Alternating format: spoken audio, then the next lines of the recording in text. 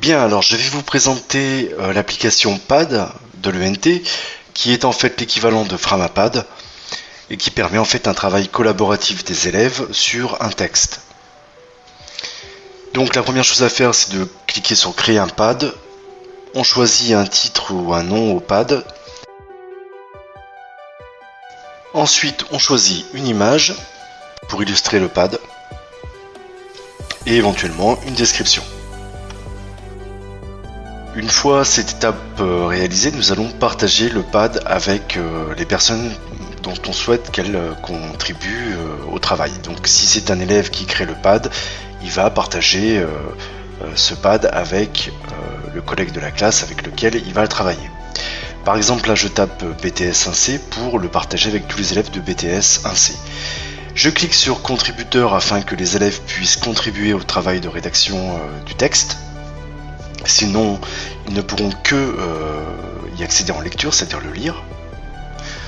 Mais je peux donc, comme je le disais également, le partager avec un seul utilisateur. Donc là, j'ai pris le compte informatique Champlain pour pouvoir vous montrer ce qui va se passer lorsque le deuxième utilisateur va contribuer au texte et donc écrire.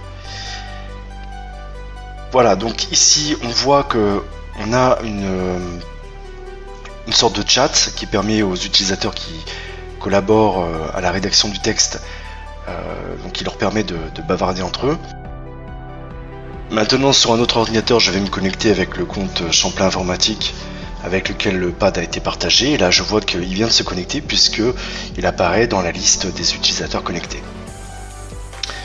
Vous allez voir donc, là j'écris avec le compte Champlain Informatique sur l'autre ordinateur pour simuler un autre élève, et je vois que ce que j'écris est surligné de la même couleur que l'icône qui représente l'utilisateur Champlain Informatique, ce qui permet de voir qui fait quoi dans la rédaction du texte.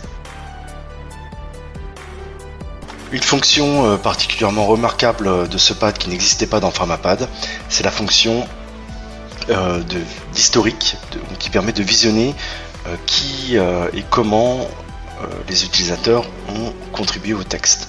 C'est une sorte de vidéo qui permet de voir toutes les modifications apportées au fur et à mesure. Ça peut éventuellement être intéressant à méditer.